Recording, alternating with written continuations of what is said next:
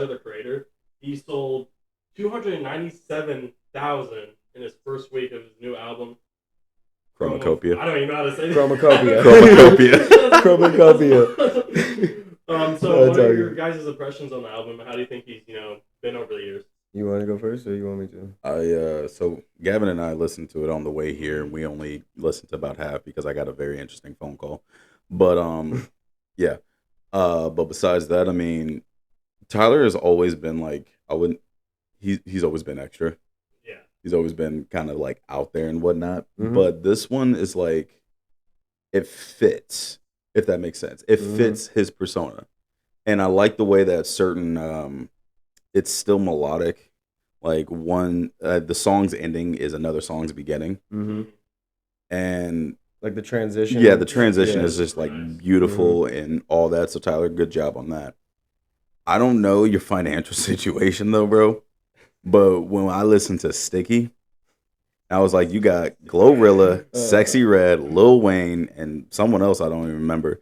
But you got them first three for 16 bars only. And I feel like you're more upset that the Glorilla and the Sexy Red couldn't get their bars off more than. And I was like, because when you're looking like what all they're doing now, they're like turning up everything and that whatnot. Like, don't get me wrong, like it feels good to hear Lil Wayne on a track any single time. Yeah. But it was just like, I don't know if it was a time situation, money situation, but literally 16 bars, and I counted it. Yeah. 16 bars per artist. And I'm like, what just happened there? Yeah. So with me, to piggyback off that and kind of give explanation to that, I feel like it was kind of cool in a way, because it's like the traditional way is to be like, okay, I get a verse, you're gonna do more than 16 bars or whatever, and cool. But it's nice because it's like they give a little bit of like an entrance here, I'm adding to the song, and then I dip, because it's like it's all kind of flowing, like you said, it all fits. And so I feel like he knew he was the central piece of it. So it's just like, all right, I'll take these other people and we'll add them in there, but they're not going to be like a focal point. You know what I mean? Yeah, like, I think he wanted to get that point across. But overall, though, it was funny because I kind of got into it with some people on Twitter, like when he dropped the thing for, it was definitely some Twitter beef. When he did drop the little video for Thought I Was Dead. And, it was like, and not just be like that older guy, but it's just like it was a lot of younger people that were just like, this dude is mid. Like, why are we even like messing with him? Da, da, da. Everybody thinks he's that. And then I saw people like trying to pick up like old lyrics from his stuff. This is what I will say. Like I said in the other episode, I've listened to Tyler the Creator since I was a sophomore in high school. At that time when he first came out, yes, shock value out the ass. He's saying messed up stuff. He's saying like crazy things, but if you like are a fan, you'll see, okay, he was kind of interested in production. Like his beats were just always kind of different, and he was making a lot of the beats. Every album that he made, I feel like he like kept getting rid of the bullshit and the shock value, and what was left is just who he really was and like who he wanted to do with his art.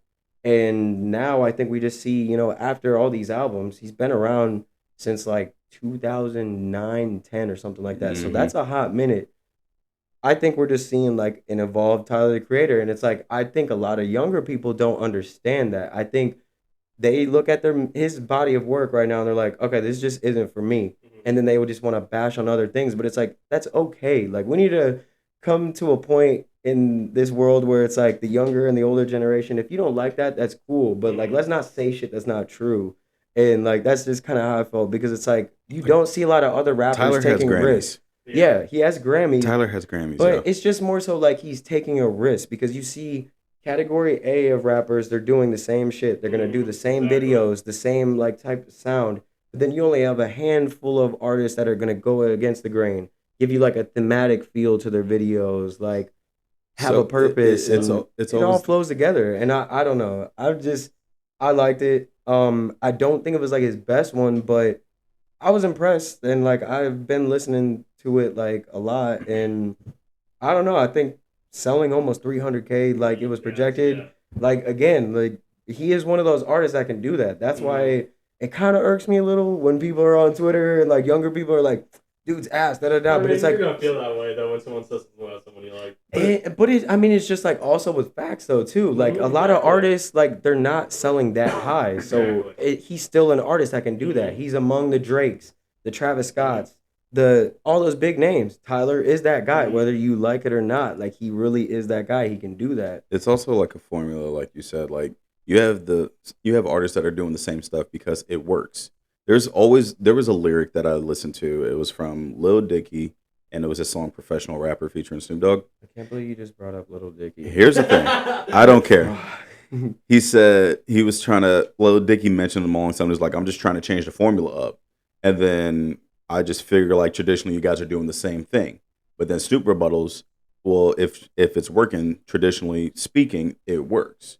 So right now we're in this era where traditionally like a bumping 808, some good snares and whatever synth will get you through. And it kind of reminds me of when Kendrick dropped not this recent album, but one of his last ones, the one that had like Father Time, We Cry Together in '95, all that stuff on it. People were like, this is mid. And I'm like, how? He's talking about real stuff. He's talking about like, stuff that could be going on with your next door neighbor right now. And then I was like, why don't you like it? He's like, there's nothing like hardcore about it. I'm like, you're just only caring about stuff that bumps in the club. Yes, that is all they want right now. And there's levels to the music listener experience. I feel like there's just certain people that are gonna like an album that has some depth and some sound to it. So like going off what you said earlier, like how he started off like crazy and stuff, it kind of reminded me of Eminem's early career. Yes. So like, there was a comparison. They built their career on controversy. Like they said Odd Future and all that. No one would say. Yeah. Then he's changed after certain things happened, and now they rap about some high level stuff nobody else raps about anymore, and it's kind of really impressive. And I'll be honest, I don't really listen to Tyler Creator. I was just gonna ask, like, do you listen to him a lot? I see a lot of clips of him. He's funny. Funny. And that's the thing too. Like it's that's why he's been so successful. I feel like it's a person it's personality and music that gets your longevity. And it's like, he's always been funny as hell and like just said crazy stuff. So, like I liked his on that album when I was listening to it. I liked his "Hey Jane" song because it was rapping about real stuff. I like that one too. And the beat was dope. Being a dad and everything and stuff like that. That's real stuff. Opening it up.